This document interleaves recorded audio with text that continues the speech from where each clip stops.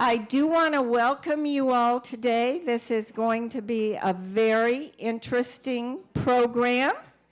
And I've been giving a time limit on how much I can talk to begin with. So I can't be too wordy. I just want to say, as the League of Women Voters, we come out of the suffrage movement. And some of you may know I've been in England for a while. And I went there on a vacation. Thank you. We're looking for another name tag for Marguerite Cooper over here. So in England, do you know when the women in England got the vote? We got it in 1920. Any idea where the women, when? 1873 earlier? No. They did not get the vote until 1928. 8 years after us. They got it piecemeal, like women over 30 or you had to have property. They got it piecemeal, but all women did not get the vote until 1928. However, I wanted to share one other thing with you that I found out when I was there. We are always continually fighting for women and for our rights of reproduction, abortion, and all that. Well, they've kind of pulled ahead of us on that. They have a 1967 law which says a woman who's not more than 24 weeks into a pregnancy can get an abortion if there is a risk of physical or emotional problems if this does not happen. You don't hear things about women's rights. So their health system must give them the care that they like, and abortion is not an issue in England at this time. So I thought I'd pass that along. Yes. 1911 in California. Yeah, in California, we did better. We did better than nationally, definitely. And then just as one more fact on the quiz, which some of you I may have told you, do you know when the French women got the right to vote? Not until after World War II. 1944, 1945. When you look it up, they give both of those years. So very interesting. So in some ways, we have been a leader. Okay, moving right along. This is a rather rushed schedule, and I would appreciate it if I could get your attention. Thank you very much. The reason we're trying this schedule today is because we do want to encourage people who are working to attend. Maybe they can't do the lunch, they don't have that long. And so we're going to examine, see if we did get more people this way. So let's see how it goes. It's an experiment. Now, I want to introduce Marty Giffen, who is a member here, and she is going to introduce today's topic. Thank you. Here comes Marty. Let's give her a round of applause.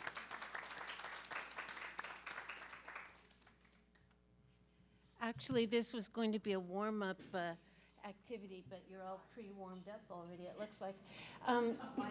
Oh, you'll notice on your table there's a orange card and a blue card. I need one person at each table to take that in their hands because you're going to be holding it up. Okay, so somebody just volunteer to take it. Okay. Now I'm going to ask some questions.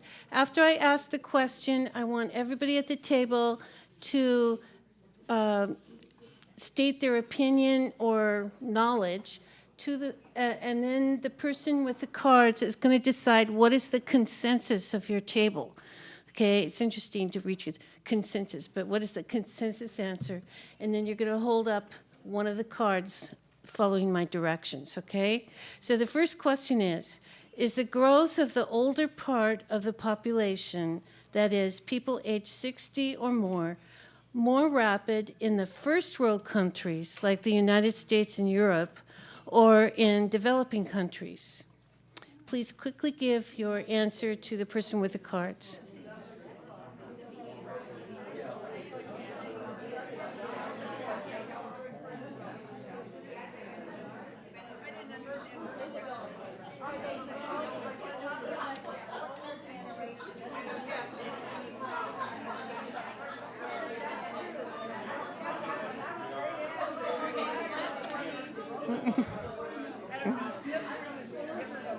Okay. Okay. Um, have you all reached a consensus, more or less? Okay. Now, the person with the cards, please hold up the orange card if your table thinks the older population is growing faster in the first world.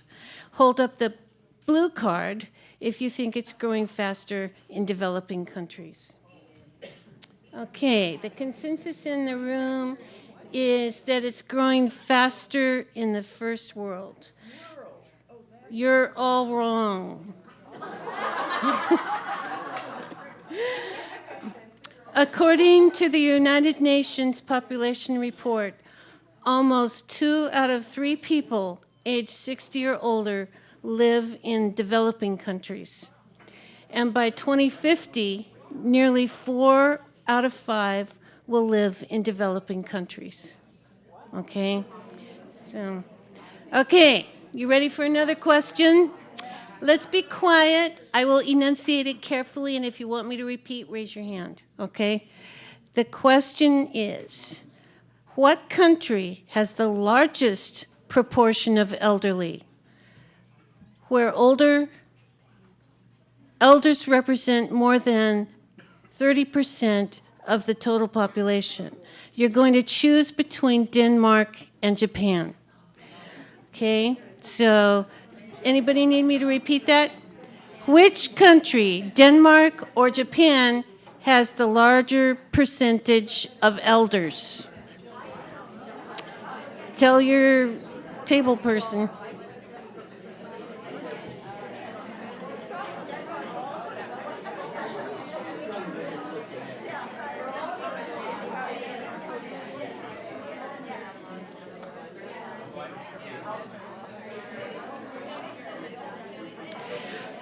Okay, we got to move this along, people.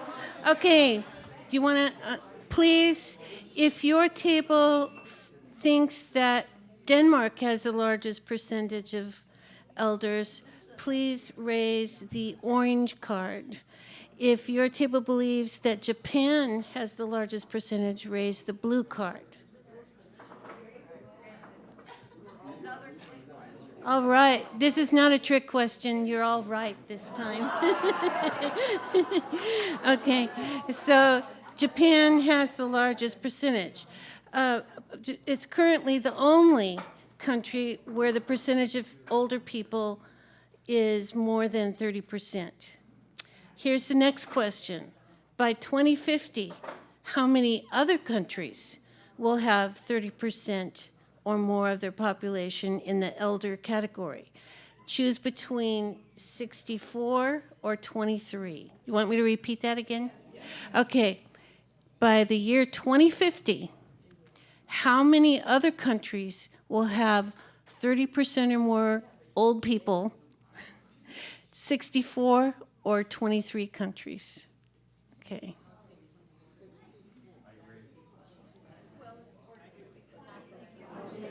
You have no basis to answer this, probably.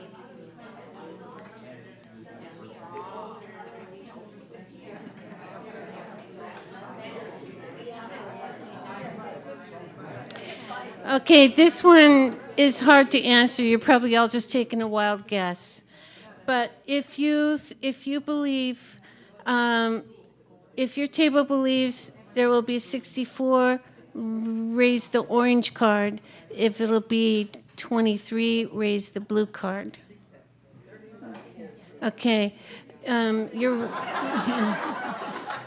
you're right. 64 countries will have more than a third of their population as elders. Okay, ready for one more? Okay. What is the most potentially devastating consequence of the huge growth in the elderly population? Will it be cost of medical care and the need for caregivers, or adequate, affordable housing for elders? Okay, talk about it and give your answers to your leaders. Just tell your person your answer, and then I'll tell you. Okay. If your table seems to think that the cost of medical care will be the most devastating consequence, raise the orange card. If you think housing, lack of housing will raise your blue card. No fair. They can't reach consensus over there. Okay, actually, it is the cost of medical care and the need for caregivers. Thank you. Thank you. That was fun. We all learned something. Now I'm going to have Marge Nichols come up. She is our events chairman. She and her committee have arranged for today, and she will introduce our very stimulating, interesting speaker, and we're going to learn a lot today. Okay, here comes Marge. Thanks, Marge. There was one other thing to do before we get to that, and that's the 9/11 commemoration. So this is 9/11. So again, I would appreciate it if I could have no talk at any of the tables and quiet.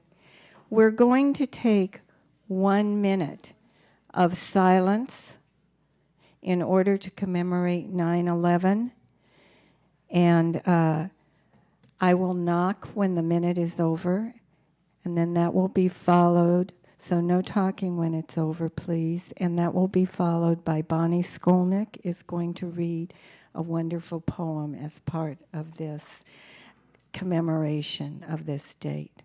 All right, 1 minute now.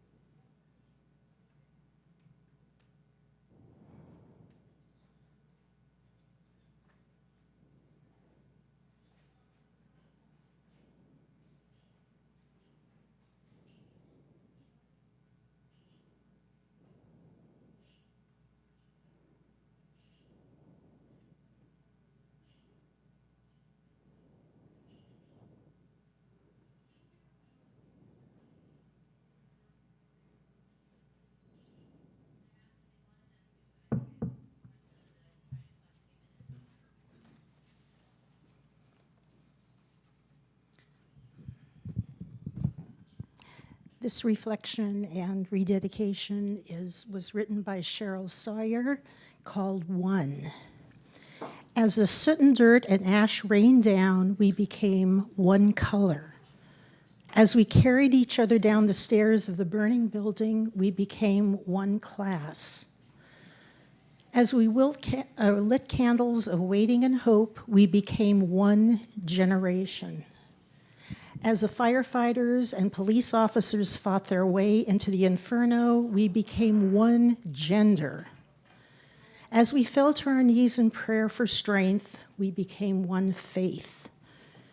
As we whispered or shouted words of encouragement, we spoke one language.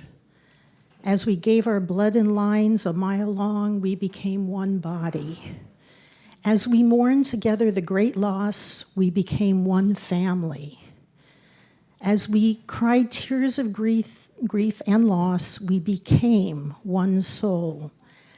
As we retell with pride the sacrifice of the many heroes, we become one people. We are the power of one, united because we are America.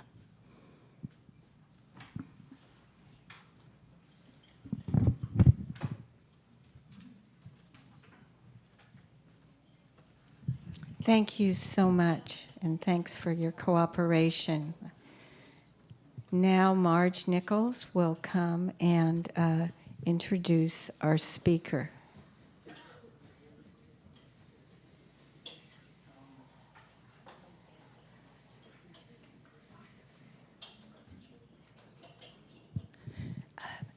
That's at lunch.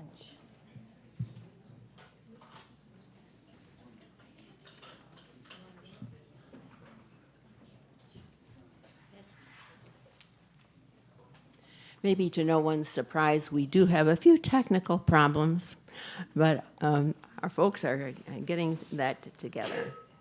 Our speaker today is Dowell Myers, Ph.D. And Dr. Myers is a professor in the School of Policy, Planning, and Demography, the School of Public Policy at USC, where he also directs the Population Dynamics Research Group. Myers holds his Ph.D. from MIT with prior degrees from Berkeley and Columbia. Now, using the tools of demography and future-oriented urban planning, he's well known for his work on the interaction between demographics and many aspects of public policy, such as housing and immigration. And he's focused especially on the relationship between aging baby boomers and immigrant integration. A prolific author of books, articles, and reports, Dr. Myers is a frequent speaker and commentator on population change. And, I might add, he's a former resident of Pasadena. I can't think of a better way for the League of Women Voters to open our new year than looking at the important population changes taking place all around us. Please welcome our speaker, Dowell Myers.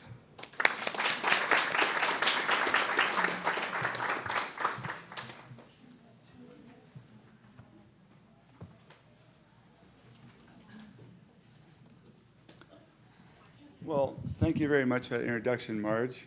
And good morning, everybody. Good morning. I just have one small adjustment to announce. I am a former resident of Pasadena, and I am a new resident of Pasadena. Just this morning, I set foot in my new condominium on Orange Grove, wondering where in all my boxes were the things I needed. We were supposed to move in June, but it didn't, before we went to Europe for a conference tour. It didn't quite work out that way. I ended up, we moved all summer long, and we're still moving. It's a brave new world, I gotta say. Has to do with mortgage finance and new rules to make sure that nobody causes another housing bubble. I actually spoke before the mortgage bankers earlier this summer at one of the retreats, and I talked to them at length about my problems. They said they knew. I told them, the horse is out of the barn. This thing already crashed. You guys, it's a little bit too late now to be slamming the door.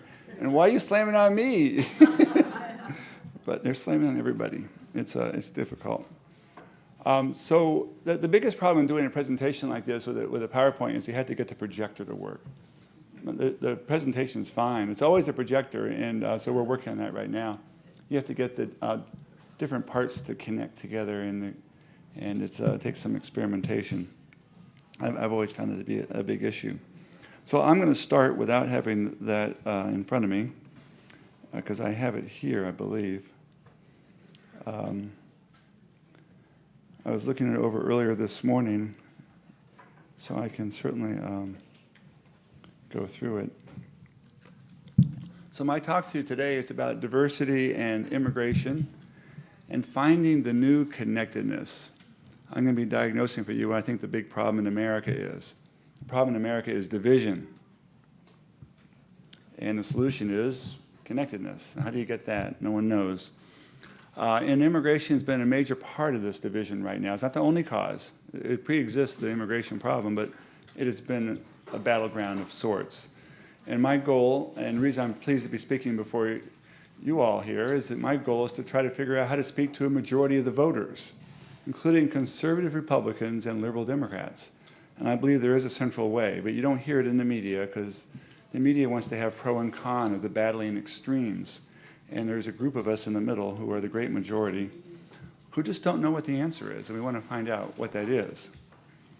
So are we divided or connected? That is the question. And how do we get to be more connected?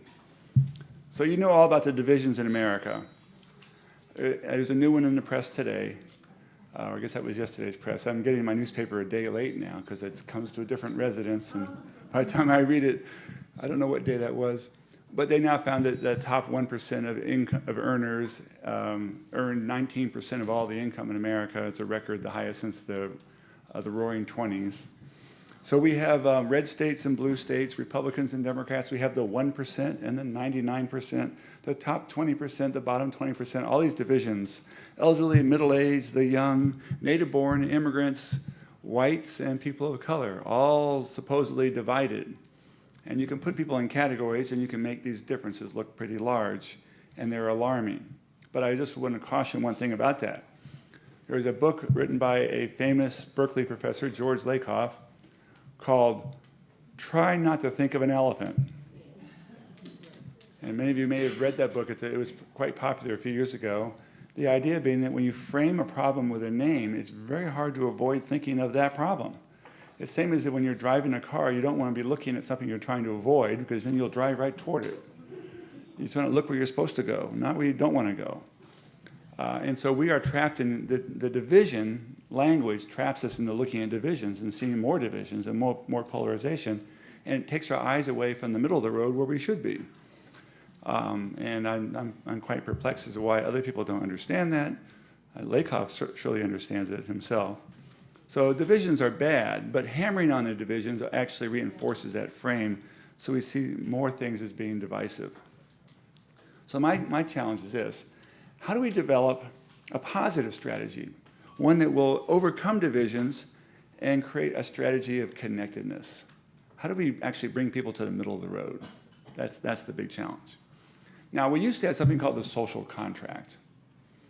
The social contract, as you've all heard this term, it was an idea that we were sort of in things together and we had agreements to help the poor, something about fairness and contributions. And this has been debated philosophically since the days of Rousseau, the philosopher from France, in the 18th century. So it's a very old concept. And it always looks different in different decades. And you may wonder what actually is a social contract. I have found one definition by a sociologist, not a political philosopher, that I think is really astute, and it really pertains in all decades. It's very flexible, and I'm going to share it with you. When we had the PowerPoint up, I'll put it on the screen, you can see it, but let me just read it to you. It's a very simple definition, it has 4 parts. And that says, the social contract is formed of the shared social understandings that support cooperation among self-interested people who possess unequal resources. So it's a shared understanding, and it's supporting cooperation of self-interested people. We're not just all in for charity. We're self-interested voters. Self-interested, and we possess unequal resources. So what is the shared understanding that would get people to want to cooperate? Well, the Great Depression was one shared understanding. It got people on board. World War II was another one. And then we've had, in recent decades, sort of a breakdown of any kind of commonality or common experience. Was it a poem that was read about 9/11? Was that, you call that a poem? That was about commonality, wasn't it? It was speaking to that and said this is an event that could spawn a new social contract of shared understanding about how we're in it together. In it together is the key idea, and people just don't believe that in America. We think we're all individuals or independent, and we think time's not happening, and we're not getting any older, and nothing else is changing except for the world is changing. We're not changing. And we're not dependent on each other. Everybody's independent. That's sort of the philosophy in California, and I'll show you the facts on that as we go along here. So let me just move to, I want to start with some racial divisions first, because those are very prominent in our concepts about California. We know that there's more and more minorities, that whites actually are a minority themselves. Everybody's a minority now, and whites are declining as a percentage of the population. We know all that. But it's true and it's not true. So right now in California, the white population, white non-Hispanic, is about 40% of the total. It's below the halfway point. However, if you look at people who are over age 18 and old enough to vote, it's about 50% white. And those who are citizens and over 18, it's 62% who are white. You look at those who actually are registered and those who actually voted, it's 64% are white. Meanwhile, among our school kids, like the high school class that just graduated, it was about 30% white. So there's a bit of a mismatch between who the voters are, who are older and citizens, and who the younger generation is. A bit of a mismatch that way. And sometimes the newer groups that are growing, they think they have a bigger number, and therefore they should be represented equally, but it doesn't work out that way. My favorite example, I've been looking at Compton for a while now. It's a great case where it used to be predominantly white, and then it became black, and then it became Latino. It was never wholly white and wholly black and wholly Latino, but the majority was each of those groups. And the blacks are down to like 35% of the total in Compton. And they still control all the city council positions. Now, is that unfair? Well, why are they? Well, it's because they're older. They're all older, they're all citizens, and they all vote. What are you going to tell them, to vote less? I know you guys worked hard to earn the vote. We're going to tell you to vote less now? No, Latinos need to vote more. But they're too young to vote. Well, they won't be too young. A few more years, we have more of them across age 18, and that's going to be changing this decade. We will have a couple Latino council members, I predict, in Compton, finally. It's happened in Anaheim and other places as well. And so there's a bit of a mismatch, and some people don't understand it. It's about seniority. Seniority counts. And so seniors also have more wisdom and more experience, and they have a lot to contribute, and their votes are certainly at least as valuable as anybody else's. But there is a mismatch with the younger generation. And I don't feel that necessarily the older voters actually take ownership of the younger generation. Somebody has to represent them, who they are. And that doesn't always happen. So there's this political lag, and there's a mismatch that's going on. So that's a bit of a problem. So I think to build connectedness, I'm not going to tell people to act differently. What I want to know is what's in it for the majority of the voters? Why should they do things to connect everybody? Why should they represent the interests of school kids? What's in it for them? So that's part 2 of that social contract, self-interested voters. Or part 3, I should say, self-interested. So what's a shared social understanding? Oh, wow. There are a number of presentations here. Which one would you like to show?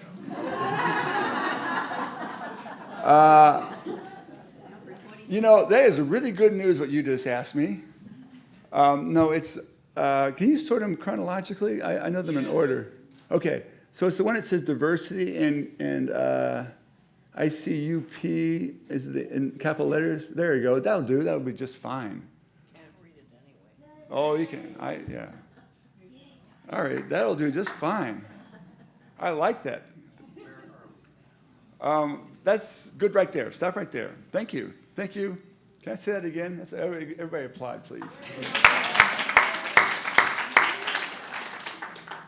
That's the definition I'm working with. You see the shared social understanding, supporting cooperation among self-interested people who possess unequal resources. And I think oftentimes we forget that the self-interested is important. If you don't solve that one, if you don't address that, you won't win in America. You really have to have that. And what we're looking for is enlightened self-interest.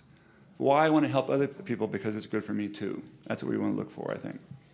Okay, so next, okay, we just keep going here. We'll just, here's the political lag. Here's the percent of the population by race.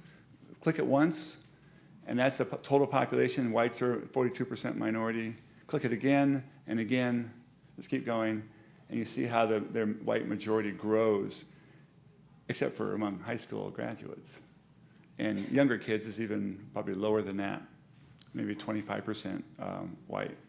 So everybody's a minority now. It's just that the older whites are control the electorate. Okay, next slide. Here's where we are right now. So what's in it for today's majority? Okay, next. This is my answer. It's just rediscovering something that we've known for a long time. So click it again, please.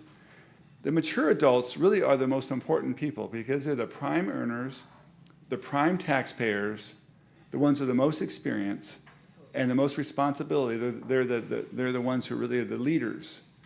And a lot of them are kind of grumpy about paying a lot of money for these, click it again, for these children who suck up half the state budget. All our tax dollars are going to kids. And those kids oftentimes are ethnically different from the older people. And so they're not my grandkids, not my kids. And there's too many of them anyway, which I'm going to come back to that. And actually, there's a shortage of them. There's not too many, but that's what they think. But lo and behold, that's at a moment in time. And you know, I'm a demographer. And I always make a joke, and I always make it with you guys too, but I make it in front of economists a lot. The demographers are smarter than economists. I mean, economics is really important. You know, if you don't understand the dollars and cents, you're not going to get things done. And I just got a mortgage, I know that. But tell you, they're not so smart. They can't predict interest rates, even 3 months ahead. Whereas demographers, you know, Marge Nichols is a demographer too, so she's smart like me. We can predict it in 10 years' time. Everybody in this room is going to be 10 years older. We can also predict that those children who are in school sucking up all the tax dollars in 20 years' time, click it again. They're going to grow up. They're going to be the new workers, the new taxpayers, and they're going to be the ones going to buy your house. And I'm going to come back to that at the end here. It's very, very important. They are the future taxpayers and home buyers. And then they themselves will grow up, and click it again, and be the mature adults. And then everybody gets their entitlements when they become seniors. We all deserve health care. We deserve to be able to sell our homes for a good price. That's our nest egg. We deserve pensions. It all works as a system. Over time, everybody rotates and changes positions. It doesn't actually matter what ethnicity anybody is. It's your age position that counts. And at one point in time, we look like we're different. Over time, we're all connected. If you don't see that rotation, and it's in everybody's family, so I don't have to press the point any further. Okay, so let's go on. The point is that we're in it together. So there is this present misunderstanding politically. It's very outdated, it's short-sighted, and frankly, I think it's a little bit fearful and mean-spirited too at the same time. Not in all quarters. Here's the battle on immigration. It's between two groups. There's the strict enforcement people who really believe in maintaining the border and keeping out people who are illegal and really being tough on immigrants. And there's immigrant rights people who want to help immigrants and they don't want to worry about the legality issues. And they're battling it out. And most of us are kind of in the middle wondering, well, you know, what's the right thing? So there's another position, click it again, which is that we simply want to know the answer. Well, are immigrants wanted and are they needed? That's an important question. No one wants to ask it. The immigrant rights people don't want to ask it. Of course they're needed. You shouldn't ask anybody's needed. Everybody has self-evident rights. And the enforcement people, they don't want to ask the question. But most people are curious. And if we knew the answer to it, it would affect this debate. And it is affecting this debate already. Okay, next slide. So let me stop here. And I have to ask you about what illegal means. I don't always show this because I don't like to use the word illegal. It's a framing that says legal, illegal, good and bad, and it's a rigid. So I'm just going to take this and ask you, what about illegal do you not understand? What does that mean? Well, next line. It means technically they're unauthorized. Presence in the U.S. is unauthorized. They don't have a visa that permits them to be here. But when we say illegal, we mean more than just unauthorized. We mean more than that. We mean not invited. Who invited these people? Illegal means not invited. Next line, it also means not wanted. It's an adjective that we use. It's not just legality. It's not wanted.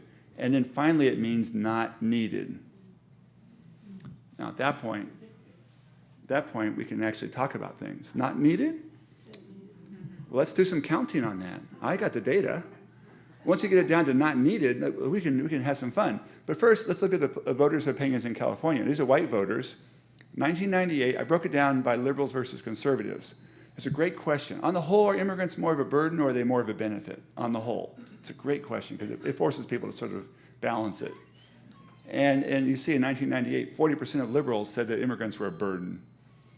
And 54% of conservatives said they're a burden. That's the division that you know about.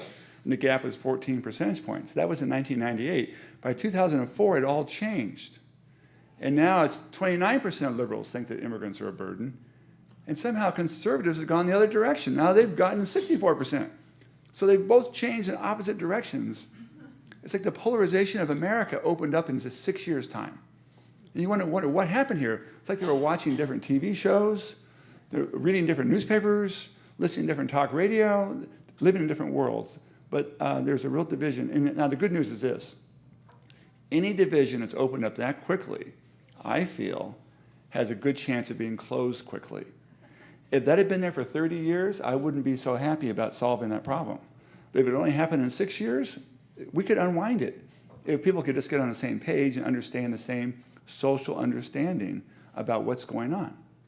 And they have a different understanding, obviously. Okay, next. So we've done some major projections for California and for LA County. I'll share the LA County stuff, I think, today. And we came to 4 big conclusions out of these projections. There's been a big slowdown in population change. Now, I don't want to brag too much. I didn't put it on the slide here, but I'll just say this. We did this work before the Census Bureau did the national projections. And we did it before the State Department of Finance did the state projections. And both of them have come along behind us, kind of in agreement. So we're out ahead of them, and it's been slow going being in front of those guys because they're major data providers. But they've reaffirmed what we came to. So slow down, everybody has found that. The immigration steady state is not in anybody else's projections except mine, because they don't count immigrants in the State Department of Finance. They don't have immigrants. They're lumped in there somewhere among like Latinos and Asians, but they don't know who's immigrant and who's native born. We keep it separate, and so we can tell. And there's a generation transformation underway, which has 2 parts. There's a big change in children and a big change in seniors. And then there's a homegrown revolution, which my research shop also discovered several years ago. It was laying there on a table and nobody noticed it because we never knew it was possible that I'm just going to ask you a question real quickly here. How many people in this room were born in California?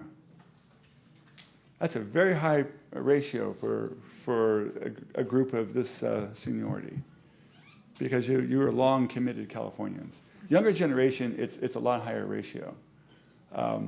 But California is a land of migrants, as you know, ever since the gold rush.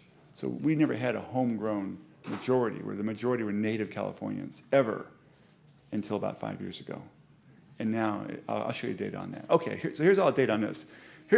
Yeah, yes? Oh, boy.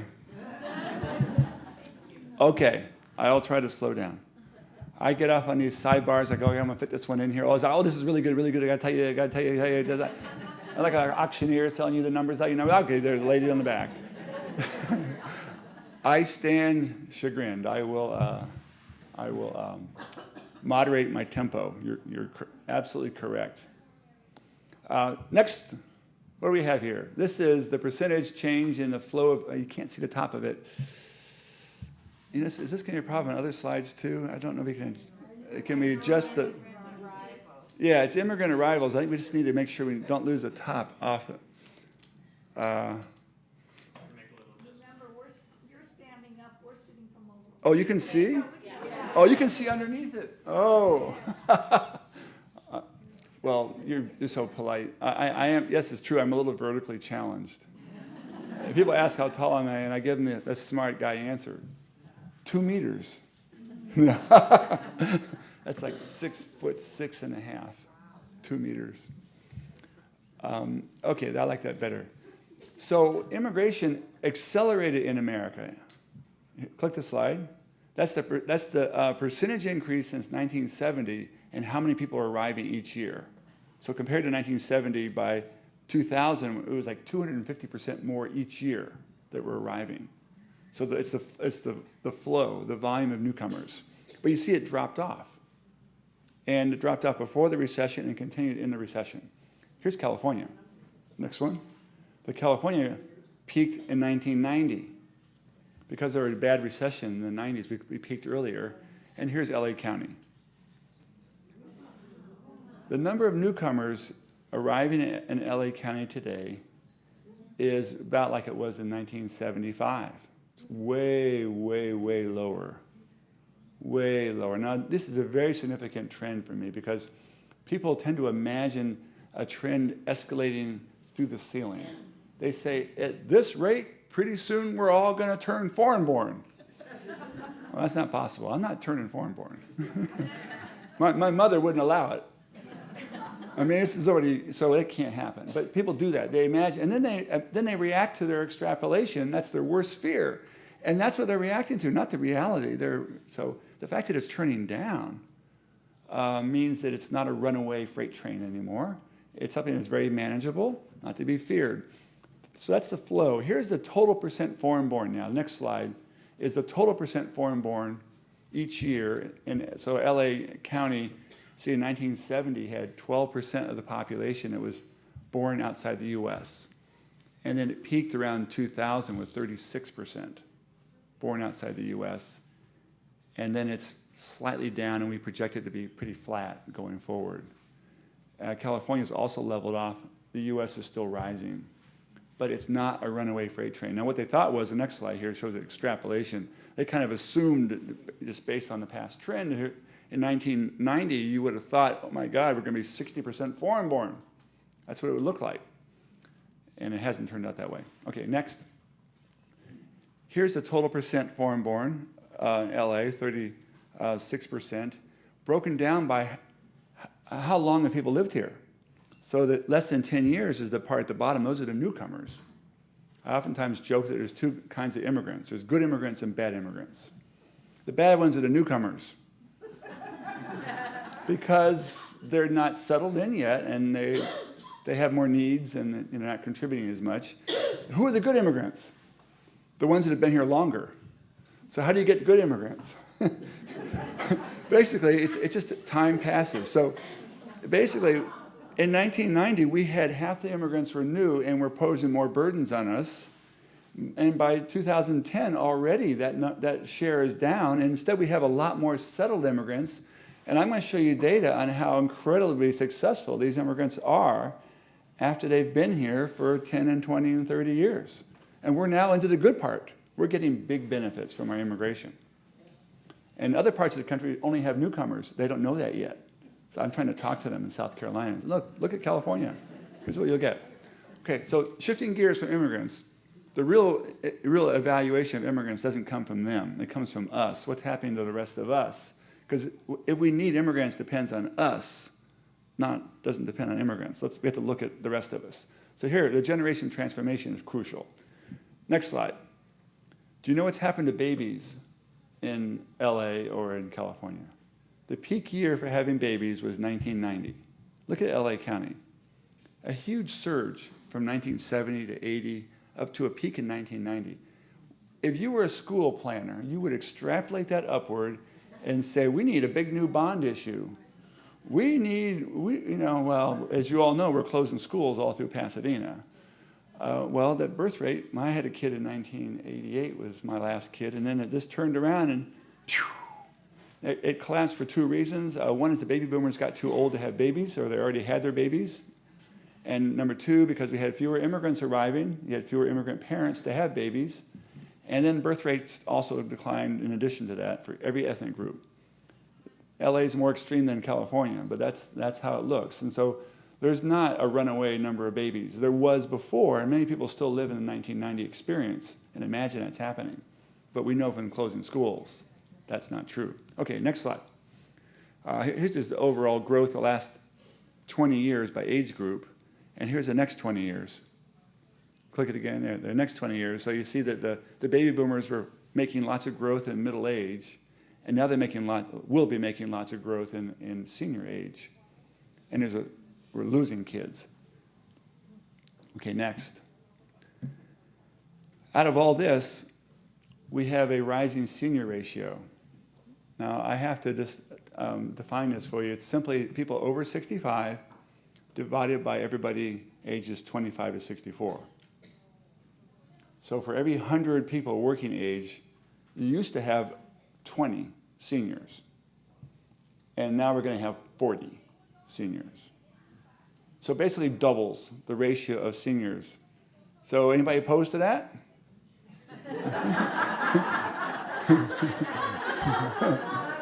I hope not. Well, I hope you're not opposed to it, because there's nothing you can do about it.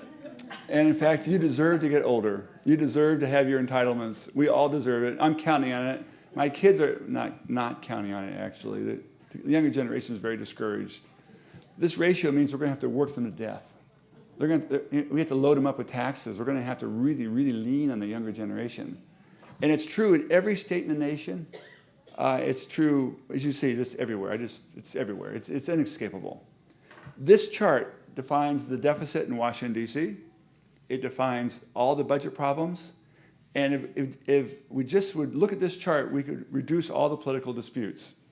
In fact, I think that I oftentimes say that I wish Obama would just show this one chart. Don't argue about the numbers, about the dollars. Just point to the people.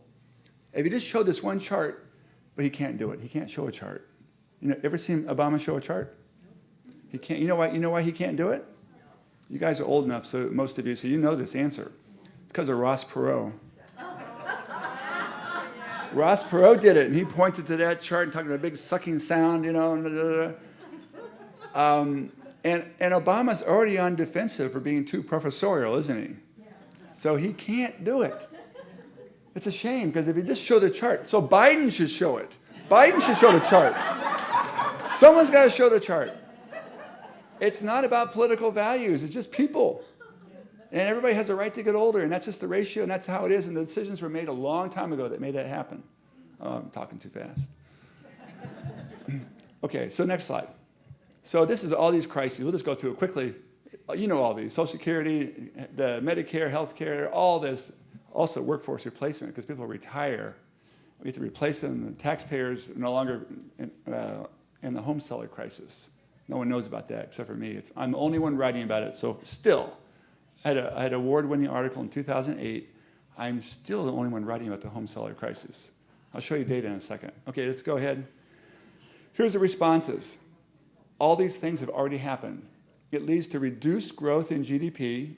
It has led to delayed retirement for seniors. Social Security has been delayed. It's going to lead to higher taxes. It's inescapable. Don't argue over it. We're going to do it. Let's just figure out how to do it right. Next, young adults are in supreme demand. And the young people like to hear this because they think that the weight of the world's on them. Well, it is on them, but we really need them. We're going to value them more. Next, and we're going to need more immigrant workers to fill the gap. That's not, and then finally, I painted green here, the good news at the bottom. It's going to lead to a new evaluation of how important we think minority youth are. Been neglected way too long, and that does not make any sense anymore. Next slide says this: no youth neglected. Okay, next. No dropouts, next. We need all these things for all these people. We need to really increase our investment in preschool and child readiness. It's not just a nice thing to do. I argue that the seniors need this to happen. This voting majority needs this to happen. It's in the self-interest of everybody. But we don't know it yet because we don't know there's a shortage of kids. Simple as that. So I decided if you want to show a shortage, you better measure it. I'm a demographer, I get to measure it. But first, let me go here to the homegrown revolution. It's not just kids, it's kids born here. That's what's happening. Here's the revolution in California. In 1990, the gray line there is for the state as a whole. Like 42% of the state was native Californian.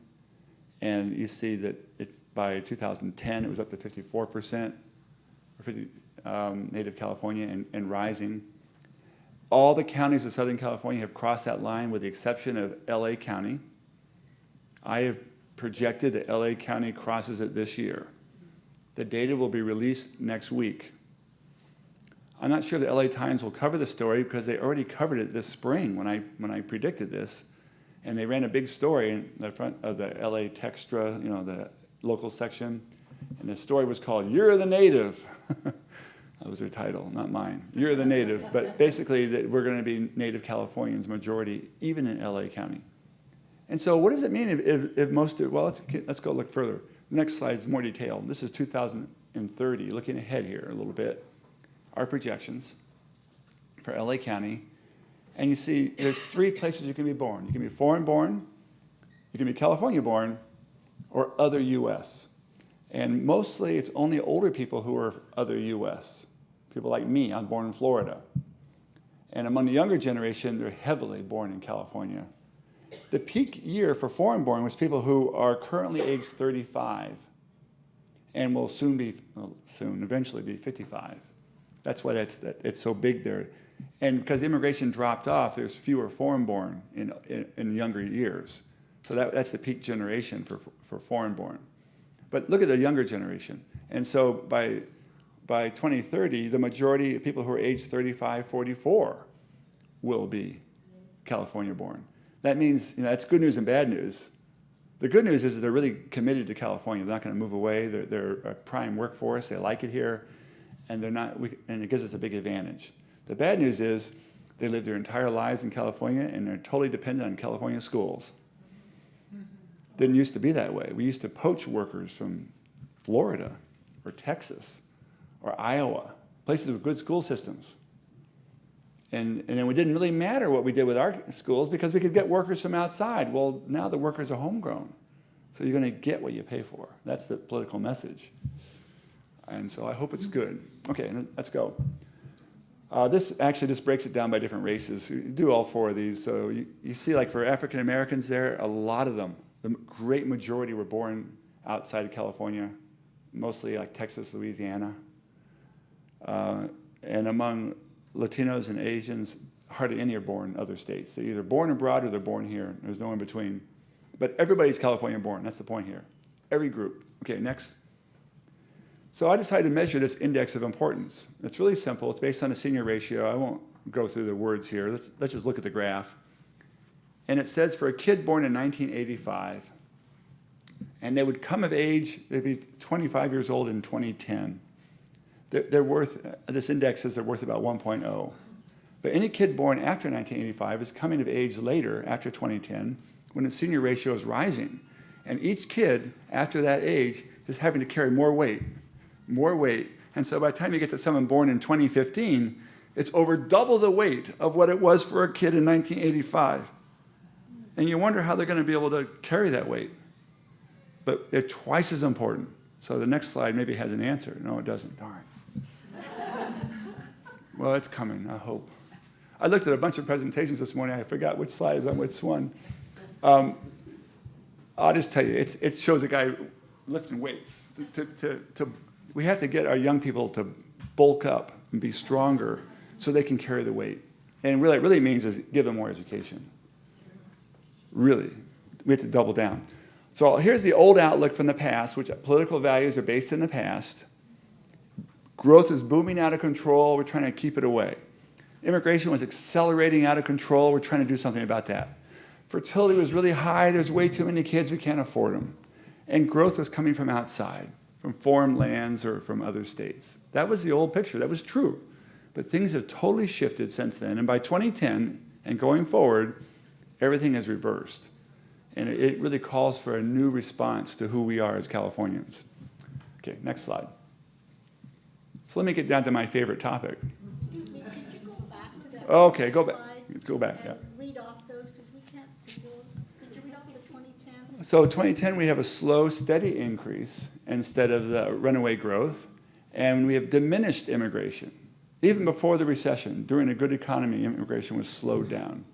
We also have reduced fertility and a shortage of children. I didn't say this yet, actually. I can go on any of these points. That I try to skip past them, but did you know that California has a net loss of kids under age 10 and will continue having a net loss for the next decade, or more? We're actually losing kids. So we just don't have enough kids, period. And meanwhile, the seniors are growing, they're doubling, and so we have a real mismatch, these two trends. You can't support the pyramid. And why are we having a decreased growth with children? Okay. Question is why? Well, it just happened. Well, no. We have too few young adults. The baby boomers are great when they were the right age to have kids, but now they're too old to have kids. And there's a baby bust behind the boomers, so there's fewer potential parents. That's one reason. Secondly, the birth rate has declined for each of those young women. It's not as high as it used to be. It declined in every race. Why? Well, it's a national trend. It's not just us. But also, our high housing prices are part of it. It costs too much to buy a house, so women have to work. And it's not easy to have kids, and childcare is expensive. And so we have fewer kids per young woman, and we have fewer young women. That combines. And that's how it happens. And meanwhile, we still have our existing seniors. They don't go away, and they just get older. And so there's this time period here when we really are in trouble. It's self-interest. Okay, so next. So really, who is going to buy your house? No, we would always wonder that question. I've sold my house recently. I didn't really know who was going to buy it. It was a big question. There were people who stood in my driveway with cash from China, and they wanted to buy it and tear it down. We couldn't let them do that. I have a historic house, and I can't tear it down. So it's a real question mark. This is the answer that Sacramento Bee presented. I had an op-ed there on a Sunday.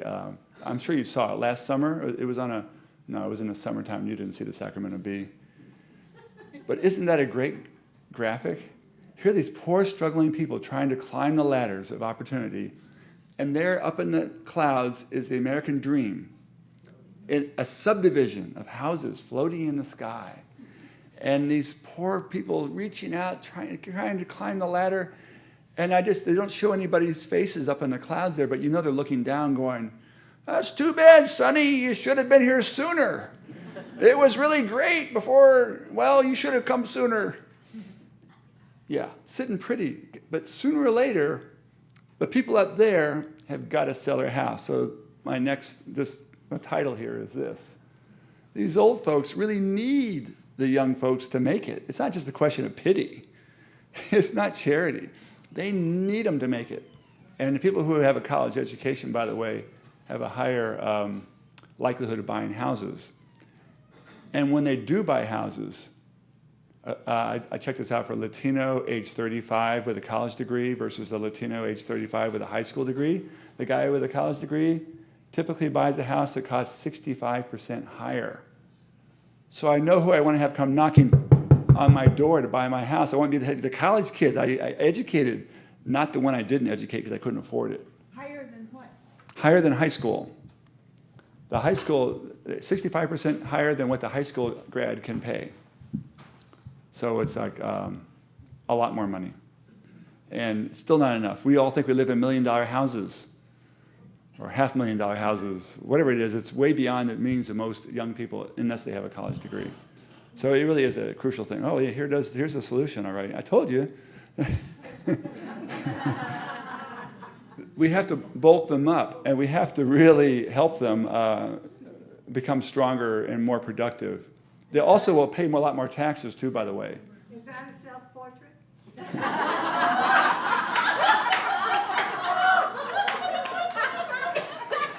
I think the proper response is thank you. Well, I left the head off. You can imagine whoever you want. It might be your husband.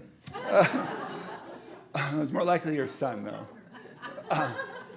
though. It's actually a portrait of Jerry Brown back when he was with Linda Ronstadt. I tell that joke to young people. They don't get it.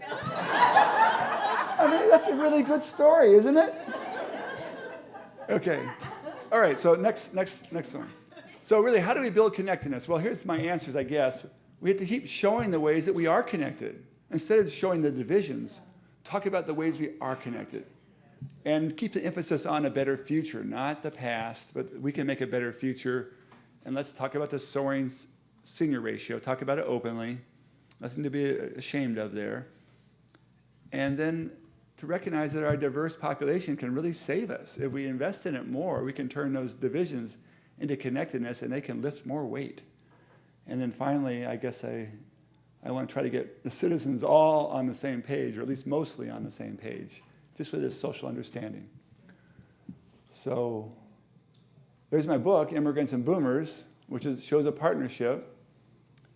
And the next slide says thank you.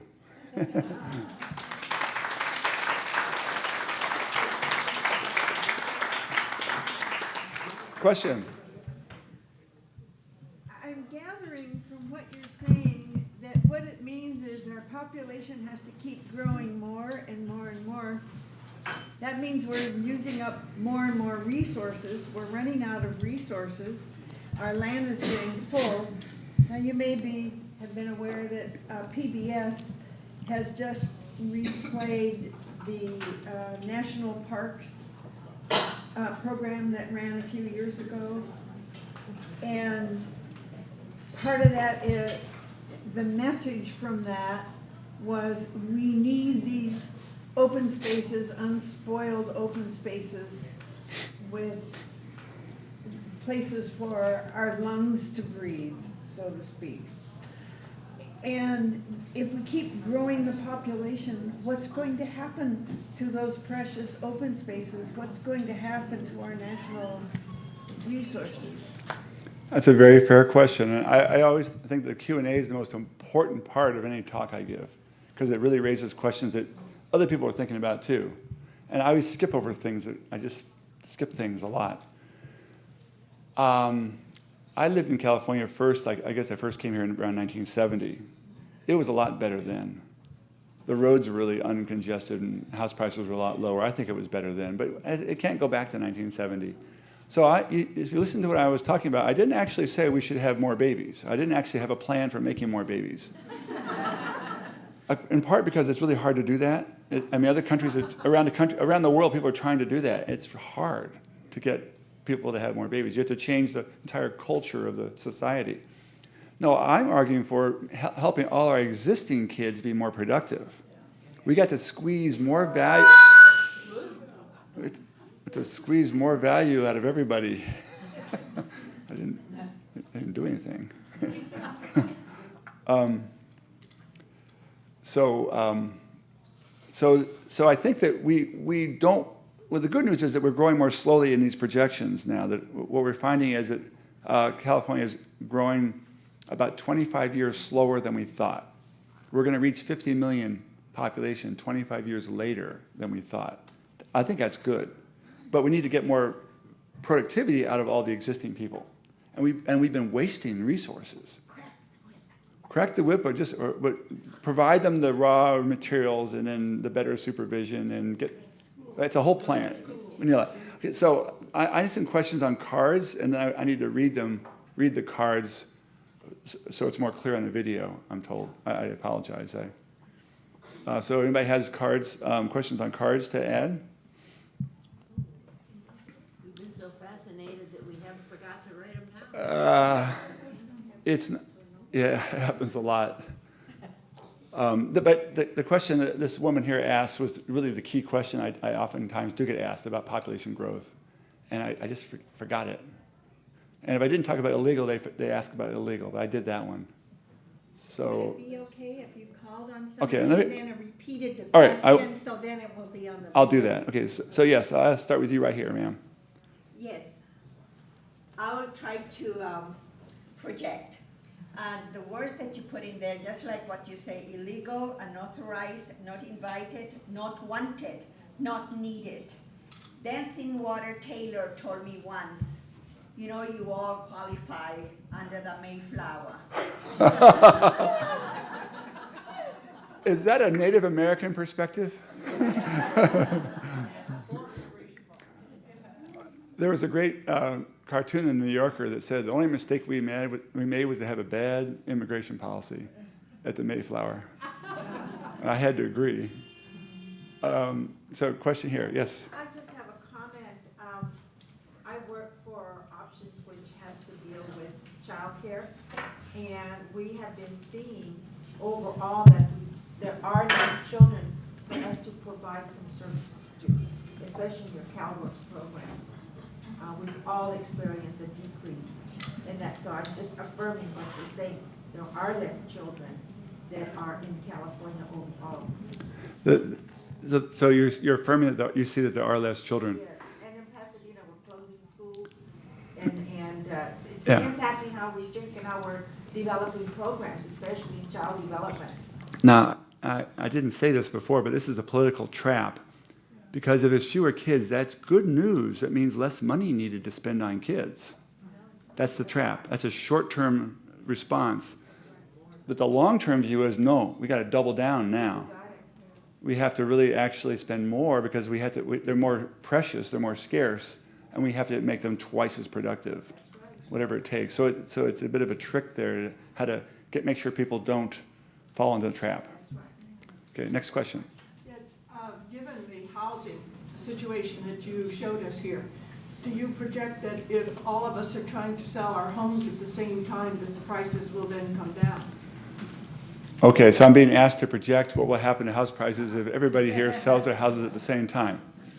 One reaction to my speech is oftentimes people say, oh, I realize I should go home and sell my house right now. That would be a very bad solution. You realize you all have an appraised value on your houses, but the appraised value assumes that everybody does not sell their house all at once. You must sell them gradually, one at a time. I'm selling mine this year. You can be next year. And of course, I bought another one. The problem is you got to live somewhere. It's an interesting problem. We can't really escape it. But if the young ones cannot buy the older ones, then the houses have to come down, do they? Ultimately, yes. And I think I have a plan, though, that we can avoid that by increasing the college-going rate of all our youth. They will earn more.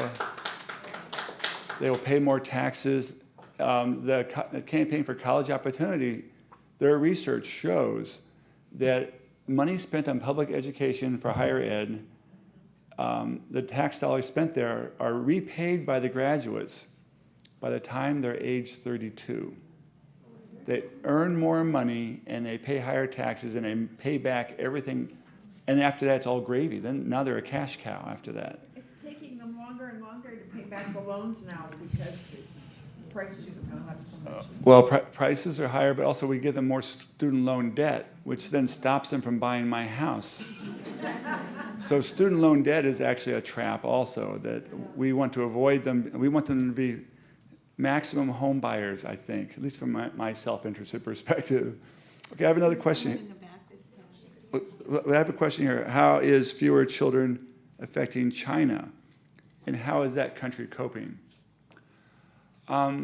It's going to be a big problem for China in the next decade or so. It hasn't hit them yet. But they're going to actually probably change their one-child policy. They're going to have too many seniors. However, China is a bit of a dictatorship. It's a communist country. And they can just sort of rearrange the resources, reallocate much more willfully than could any of our political leaders. In our democracy, it's much harder to actually arrange things around changing demography because everybody votes.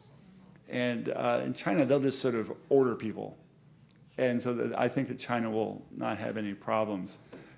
But we have a younger population and we have more workers. We're better off right now than China or any country in Europe. Even Germany, I was just reading about Germany, which is the powerhouse of Europe, has big trouble. You need 2.1 babies per woman to sort of break even in your population over the long term. 2.1. Germany has 1.3. And Korea and Japan have 1.2. These are terrible numbers. Basically, they're predicting the death of Korea and death of Japan. They're just going to come down to zero population. And they don't have a way to actually generate more babies. The good news in this hemisphere is Mexico. Well, why do you laugh about good news from Mexico? No. Well, no. Well, there's debates over how Mexico's fertility. Let me give you the facts, though. In 1970, the average Mexican woman had 6.8 babies. That's your stereotype of the big Mexican family. 6.8 in 1970. Today, there is debate. We thought we knew what it was, but then the Mexican census came in higher than we thought. And now I hear another number mentioned that's even lower than what I thought. But Mexico has somewhere, I'm guessing, around 2.2 babies per woman today. If you do, in 1990, the kids in 1970 who were so numerous, 20 years later, they grew up in 1990, they wanted jobs. And where did they find jobs? They came across the border into Texas and to Arizona and California. We were the overflow. Today, they only have 2.2 babies per woman. They don't have any extra kids. They're not going to help us anymore. So the plan is, I've heard, to send all of our seniors to Baja.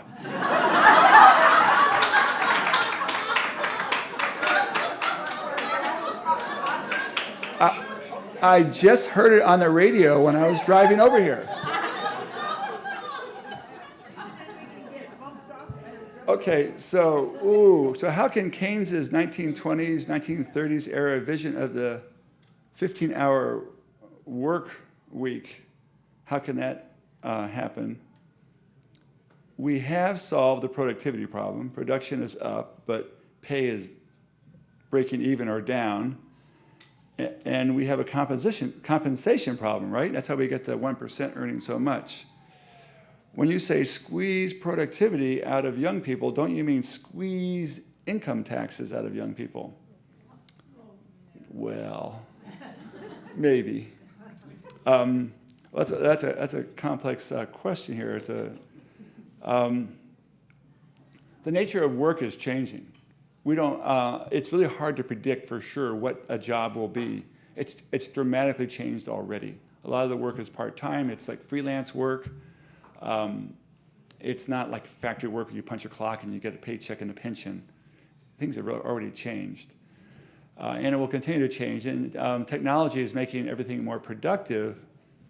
We need to figure out how to generate jobs to employ our workers so they can continue to be good capitalists. The way capitalism works is you pay your workers so they can spend more on buying goods. That's the beauty of the system. But if you don't allocate the money to people, they can't spend. So we need to figure out another way we have to rethink that or rework that. That's in flux, and that's beyond my capacity. I am a demographer, not an economist. On this issue, I will defer. I can't claim expertise on that. More question from the back. Is it this one here? Okay, your question, sir? As you began your talk, pointing out that you wanted to get the true information out to us, because the media tends to be one side or the other, and that's what we're bombarded with. So you, as an experienced expert, I'll give you that title, give the activists here some ideas about how to approach the problem of getting the true information that you talked about. Well, how to get it out? How are we going to convince the people? That's actually a very hard question. That's not a fact. That's a strategy. And it is, the media like things that are alarming, they're exciting, they're exceptional.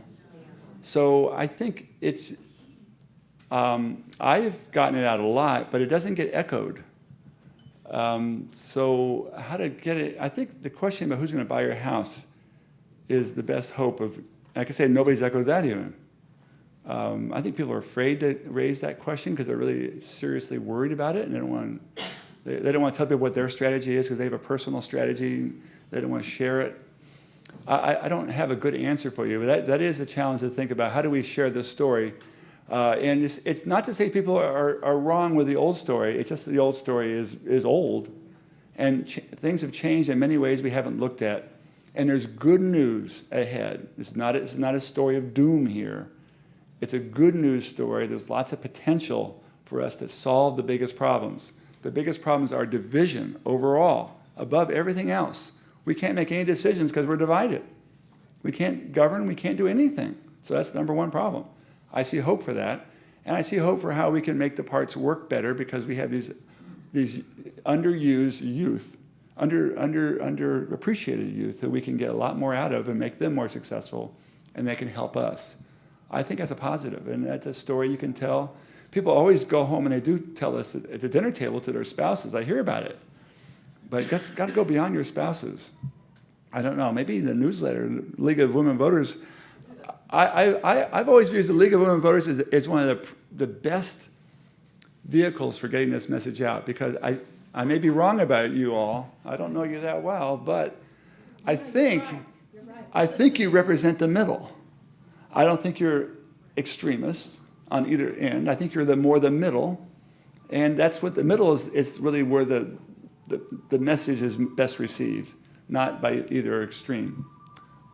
Can I do one more? Sure. Okay, one last question. Yeah, I issued thousands of visas as a diplomat. Huh. And one of the questions about immigration that I would like to ask is the policy decisions that are now being made. Where do you give priority to immigrants who have skills that we need, or to the adult children, adult brothers and sisters of new citizens. In other words, somebody comes to America, they bring their spouse, they bring their dependent children. And then, but adult children, what happens to adult children? Yeah. Well, do you let them in? Okay. Do you give them priority over having as your priority skills which your economy needs? All right. So this is a question that speaks to current immigration reform. Our dominant policy has been family reunification, not recruiting skills, but reuniting families. And then we've had skills needs also, which we've handled through the back door through illegal immigration. Because we do have skill needs, not high skill, low skill needs in the agricultural fields, low skills for nannies and all kinds of service workers, as well as high skilled in Silicon Valley. So we do need skills. The new immigration reform package targets that directly and says, let's figure out what our needs are at all levels, and we'll put out enough visas to fill those needs. And they do shift it a little bit to skills and away from family. Right now, I think the proposal is to drop off siblings. So you can bring your parents, you can bring your kids, but not your brothers and sisters. My personal feeling is that in America, most people live scattered all over the nation. They don't live in the same states, many people, as their siblings.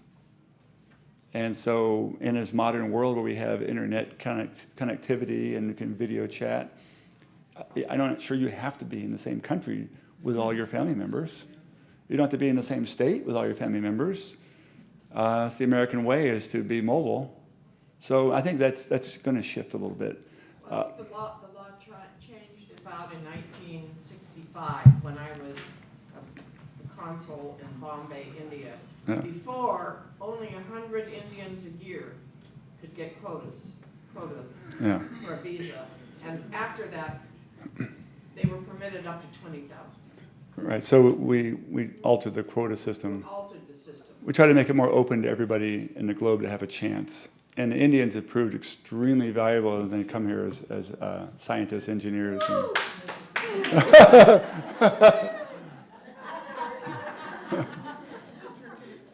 See, I told you, yeah. We need all kinds of people. In America, that's our tradition. But really, we have to keep track of what we need. And when we look at it, it can all work together very nicely, but we don't talk about it. We don't see it as united. We see it as divided. So that's my theme, and I'll go back to that. Are we divided or connected? I think we can be connected, and we should all pursue the new connectedness. Thank you. What a fabulous program. Thanks to Marge and her committee for setting us up, and Donovan to the rescue with the PowerPoint. Very, very wonderful. Thank you, thank you, thank you. Are we going to Marge next? Do we need to take the break so they can set up for lunch? All right, you know they have to set up our tables for lunch, so we take a break. During lunch, we're going to have introduction of our guests and new members, so please, you get to eat, but listen as well, and then a few announcements. But right now, let's clear the room. Thank you.